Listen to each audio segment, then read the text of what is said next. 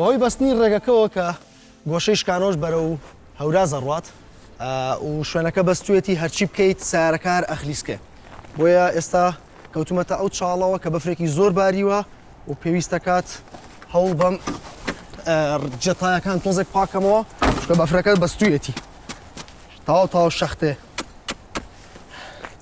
یەکێک لە پۆینتە خراپەکان ئەوەیە کە ئەم تایەم کەوتۆتە سەر ئەمە قوڕە بۆ بەستوشێتی ساڵیشە ئەزان پێشەوە چۆنە لێرەیە مشکیلەکە کێشەکە لێرەوە دەستی پێ کردووە کە ئێرە زۆر شەختەیە پێویستەکە ئەمە بشکێنم تا بتوانم تایە دەرباسکەم.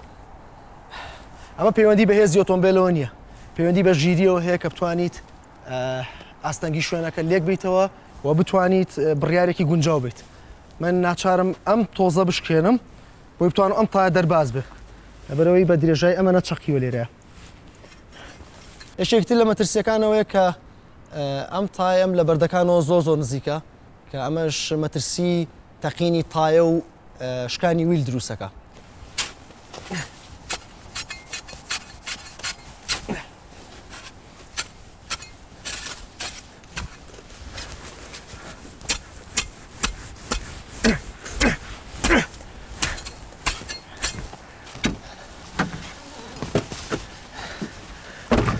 کاتی ئەوەی هەوڵ بین بۆ هاتنە دەرەوەی ئۆتۆمبیلەکەمان.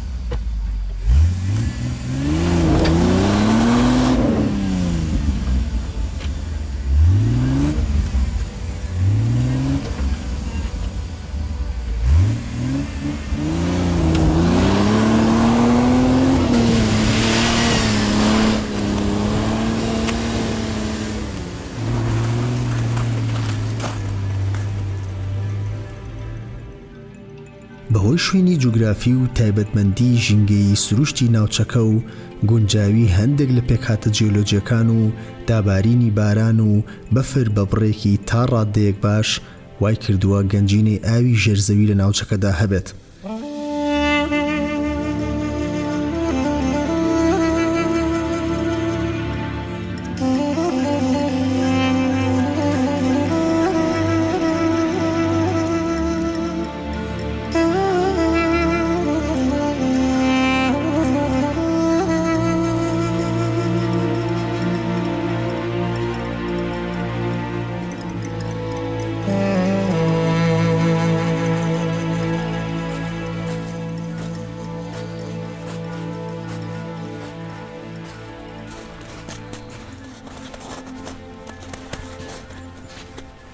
جیاوازی لە جۆری خاکی ناوچەکە هەیە بەهۆی جیاوازی بەرزی و نزمی و کەش و هەوا و جۆری تاوێرەکان و ڕۆکی سروشتی.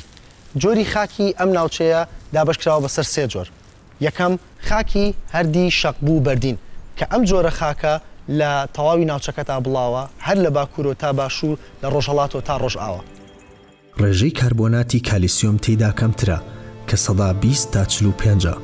خاکەکەی لە ناوچەی لاپاڵی چیاکاندا تەنکە و لە دۆڵەکاندا قوڵە. هەندێک جار جۆری خاکی تری تێدا دەردەکەوێت واگلی تۆتۆڵ و ڕێندیزان و کەستەنایی تەنک و لە هەندێک ناوچەی دیاریکراودا خاکی کەستەنایی قوڵ بە دیار دەکەوێت کە خاکێکی بە ناو یەکدا چووە. ئەم خاکە کاربۆناتی ئۆرگانی تێیدا مام ناوەندە، ئەمەش بۆ زۆری ڕۆپۆشی ڕۆکی و پاشماوەی ئاژەڵی دەگەڕێتەوە پاشی بوونەوەیان.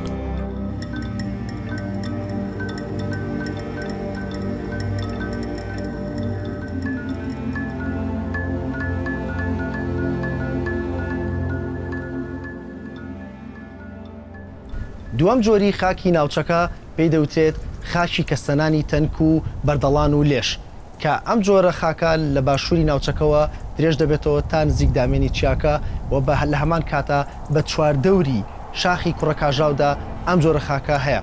ڕێژەی مادەی کاربۆن لە ڕوخەکانیدا لە نێوان 4 بۆ 15. ئەم ڕێژەیەش لە چینەکانی ژێرەوەی هەندێک جار زیاد دەکات بۆ سەدا 30 تا 40. لە ڕووی داچۆڕانەوە زۆر باشە و ڕێژەیەکی زۆر لە نیشتەکانی بەردی لمی و بڕێکی کەم لە نیشتنی قوڕی دەگرێتە خۆی. هەروەها لە ڕووی بنیادەوە فشەڵە بە تایبەت لە چینەکانی سەرەوە. لە هەمان کاتدا چەند بڕۆیتە خوارەوە تا قۆڵی 30 بۆ 50 سانتیم زیاتر خۆگرتر دەبێت و ڕێژەی مادەی کلسی زیاد دەبێت و دیاردەی هەڵاوسان و دروستبردن دەردەکەوێت.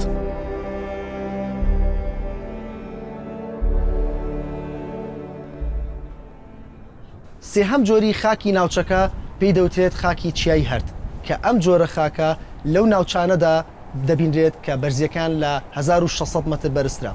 ئێستا شاخی کوڕەکاژاو بەفرێکی زۆر باریوە و ئەو جۆرە خاکە ڕەنگە بە ئاسانی و بە جوانی نەبینرێت. بەڵام گرنگە کە بزانین خاکی ناوچەکە لە چ جۆر و پۆلێنێک پێک دێت. ئەم جۆرە خاکە خاکێکی تەنکی بەردینە و ڕەنگێکی شێوە خاکی کەستەنایی و تەنراوێکی درشتی هەیە.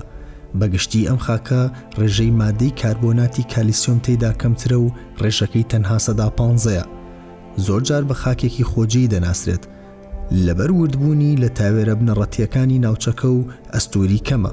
بە بەردەوامی دەکەوێتە ژێر کاریگەری ڕاماڵینی ئاوی و بەهۆی زۆری لێژێکەشێوە دەکەوێتە ژێر کاریگەری هێزی ڕاکێشان. بە شێوەیەکی گشتی ڕێژەی خوێتیدا زۆر کەمە و مادەی ئەندامی لەم جۆرە خاکەدا دەگاتە 0.6 و ئەمە ژوای لێ کردووە کە خاکێکی گونجاو نەبێت بۆ بەربوومە کشت و کاڵیەکان.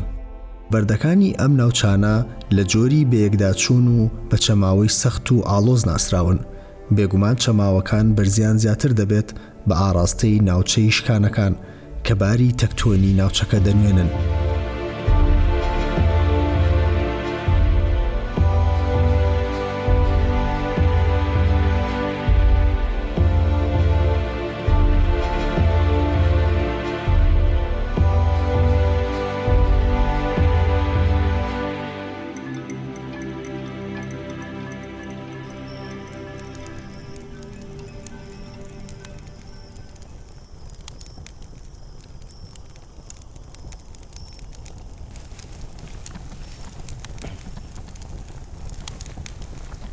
ڕەنگە لەگەڵ بیستنی وشەی شاخی کوڕەکاژاو ئەوە بە مێشتابێت کە کوڕەکاژاو بە مانای کوڕی کاژاو دێت، بەڵام بەو شێوازە نییە. وشەی کوڕ لە زمانی سۆمەریدا بەواتای شاخ دێت و ئەم وشەیەش لە زمانی کوردیا بەکار هاتووە و بە تایبەت بۆ ئەو شاخانەی کە کوڕ و لێژ و وڕکن. بەجیالەوە چەندین شاخی ترمان هەیە کە هەمان وشەی بۆ بەکار هاتووە، وەکو کوڕکۆڕ، کوڕەکاژاو، کوڕەداوێ کە ئەمانە هەمووی بە وشەی کوڕ دەست پێکا واتە شاخی کوڕ یان شاخی کاژاو یاخود شاخی داوێ. بەم جۆرە ئەم وشەیە لە زمانی کوردیا بڵاو بۆتەوە و بەکارهێنراوە. لە کەشێکی ئاوا ساردا بەردەوام پێویستیت بە بوونی ئاگرێ بێت تا درەنگانێک کە بتوانیت خۆت گەرم بکەیتەوە و لە سەرمای زستان خۆت پارێزی. و ئێرەش سەرمایەکی زۆری هەیە و بەفرەکەی بە تەواوەتی بەستوێتی، بۆیە ڕەنگە بەیانی پێویست بکە زووتر لە کاتی خۆی بەڕێبکەون بەرە و لووتکە.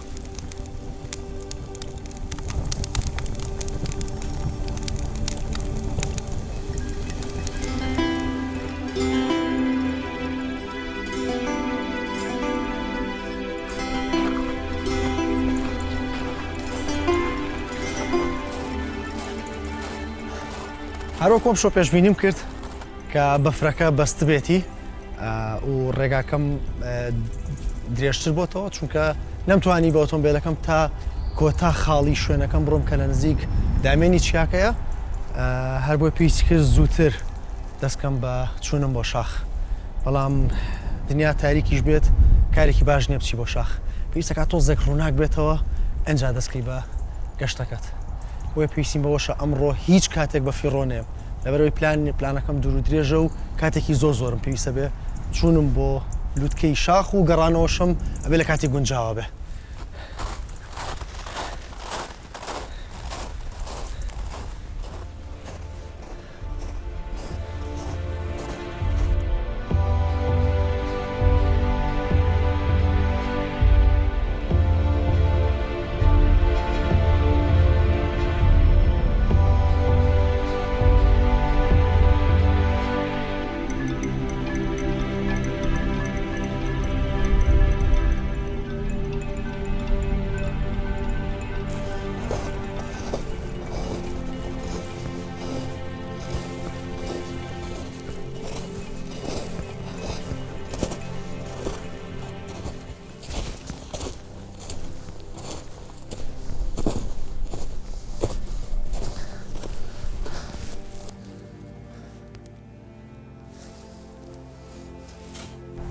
نەخشەی تۆپۆگرافی شاخی کوڕەکاژاوم پێیە کە هەمیشە لە هەموو بەرنمەیەکە ئاماژەم بۆ کردووە کەوا گرنگە بەر لە چوونت بۆ شاخ بە تەواوی پلانەکە تا بچیتەوە و بتوانیت نەخشەی تۆپۆگرافی شاخەکە بخوێنیتەوە و دڵنیابیت لە ڕاڕەوی چوونە سەرەوە و هاتنە خوارەوە.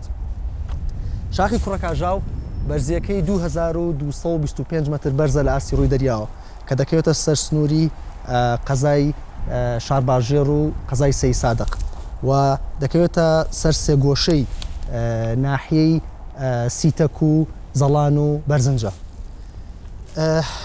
ئەوەی گرنگە لێرەیە من کە ئاماژەی پێەکەم ئەوەیە پێشوەختە لەسەر نەخشەی تۆپۆگرافیەکە پلانی ڕاڕەوی سەرکەوتن و هاتنە خوارۆم دەستنیشان کردووە. بەڵام دوجار کە هاتینە شوێنەکە و بینیمان بەفرێکی هێجگار زۆر باریوە بۆیە پێویستی کرد دووبارە بە پلانەکەما بچمەوە و ڕاڕەوەکەم بگۆڕم. کاتێک کە بەڕێکەوتم لە گوندی باراوە هاتم مەسافەیەکی زۆر بەڕێکەوتین تاگەیشتینە بێگومان نەمتوانی بەهۆی بەفرێکی سەختەوە نەمتوانی بگەمە کۆتان نوقتەی ئۆتۆمبیلەکەم بۆیە ناچار بووم ماوەی 2 کاتژمێر لە گەشتەکەم درێژ بێتەوە چونکە ڕێگەکە زۆری مابوو. من پلانم دا نابوو کە لەو بەرزاییە زۆرە ئۆتۆمبیلەکەم ڕابگرم و بتوانم ماوەیەکی کەم بە پێ بڕۆم تاوکۆ گەمەلووتکە، بەڵام بەفرێکی زۆر باری بوو بەفرەکەش تاو بەستە بووی هیچ ئۆتۆمبیلێک ناتوانێت ئەم ڕێگای ببڕێ. هەر بۆیە پێویستە کرد بە پیادەڕەوی بێرا تێپەڕم و 2 کاتژمێر لە گەشتەکەم زیاتر بێ. بۆی کاتی زیاتر بە فیڕۆنێم پێویستە کات دەستکەم بە ڕۆیشتن چونکە بێ لە کاتێکی زۆر گونجاو بگەڕێمەوە بۆ دامێنی چیاکە.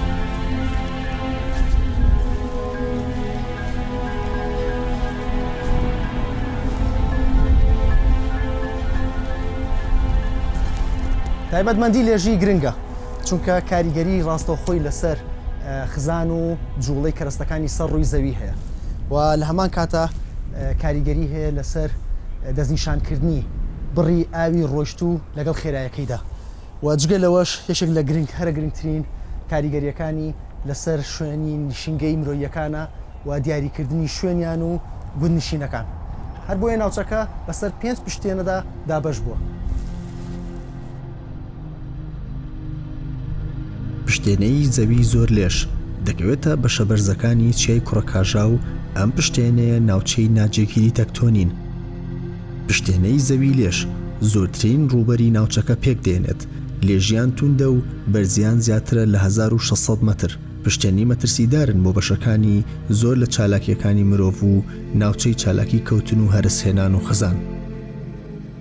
پشتێنەی زەوی لێژی مامناوەند بەشێکی زۆری ناوەندی ناوچەکە دەگرێتەوە بە دیاریکراوی بناری چیای کوڕەکاژاو کە کردارەکانی ڕاماڵینی جۆگەلەیی و کەندڕی تێدا بەرزە. پشتێنەی زەوی کەملێش ڕووبەرێکی فراوان لە دۆڵ و دەشتی نێوان چیاکان دەگرێتەوە.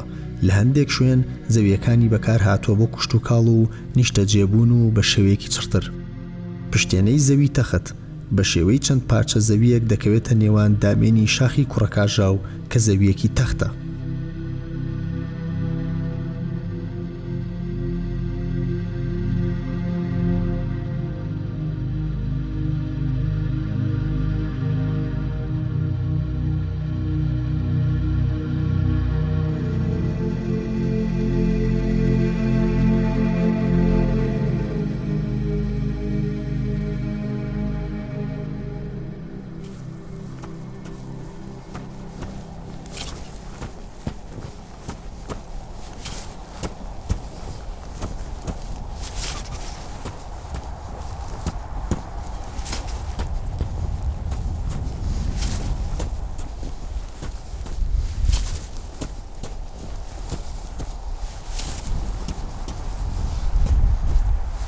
لەگەڵ هاتنت بۆ شاخ پێویستە بەردەوام دڵنیابی لەوەی کە زۆر پێشات هەیە لە پێشت کە ڕەنگە لە پلانەکەتا نەبێت و یەکێ بێت لەو دیار دەستروشتیانەی کە کەونە سەڕێت و تۆ پێویستە ئامادەکاریت بۆ هەموو شتانە کرد بێت.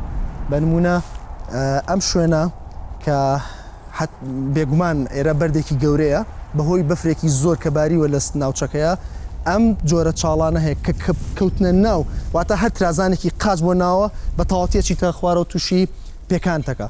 ئەگەر سێدی کەن بەم شێوازە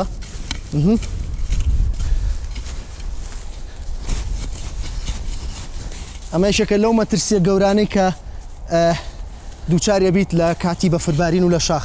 ئێرە زۆر قوڵە هەتا بێت قوڵترە بێت بۆیە ڕەنگە لە هەنگاونانێکی هەڵەیە بکەویتە ناو ئەو چاڵە و خراپترین حاڵەتەکان ئەوەیە کە تووشی پێکان بی لەم سەرمایە.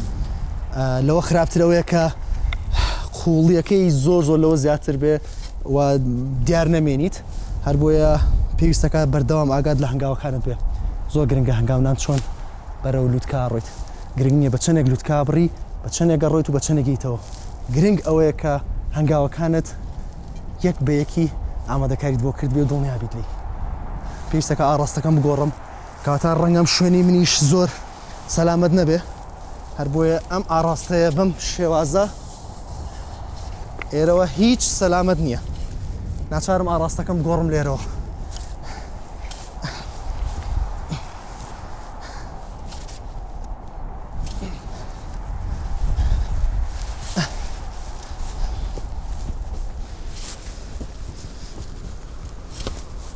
ئەمە لێرەیە بەردە بەم قەبارەیە بینە بەرد. ئەمەش بەردە دیسانەوە.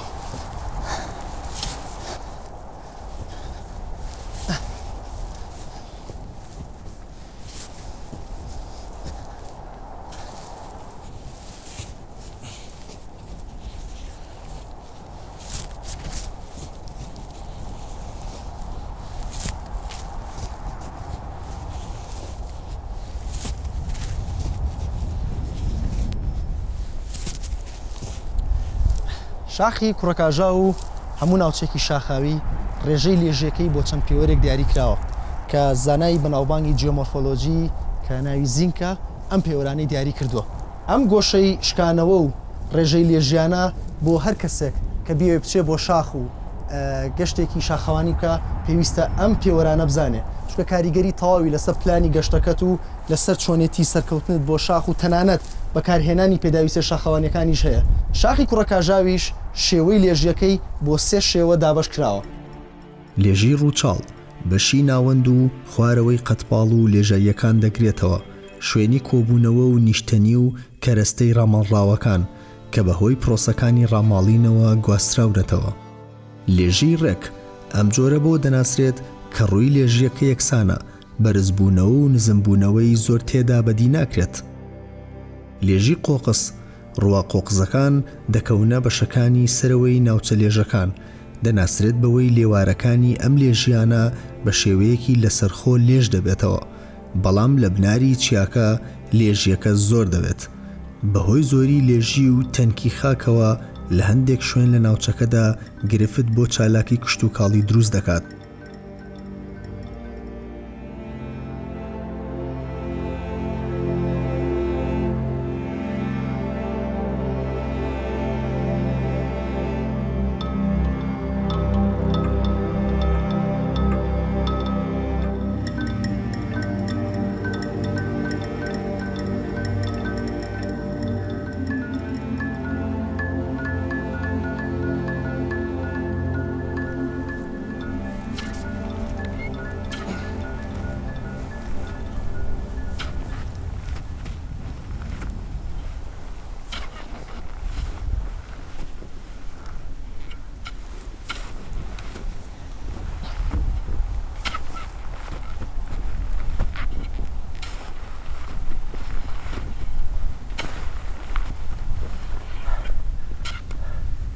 بەفربارین یەکێکی ترە لەو شێوای دابارینانەی کە لە سنووری ناوچەکەدا هەیە و زۆرترین ڕێژە لە ساڵی 2005 تۆمارکراوە کە بڕی 155 سانتیم و نیو بەفرباریوە و کەمترین ڕێژەش ساڵی 2001 بووە کە تەنها 8 سانتیمونی بووە و ساڵانە ڕێژەی بەفربارین لە ناوچەکەدا دەگاتە نزیکەی 36 سانتیم.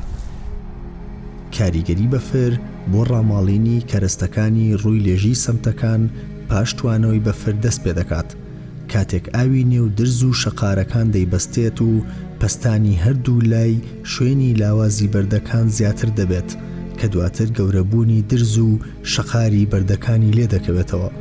ئەمەش هۆکارێکە بۆ چالاکردنی کردارەکانی خزان و هەرسێنانی خاک و بەردی سەمتە لێژەکان و دروستکردنی مەترسی بۆ سەر مرۆڤ و چالاکیەکانی.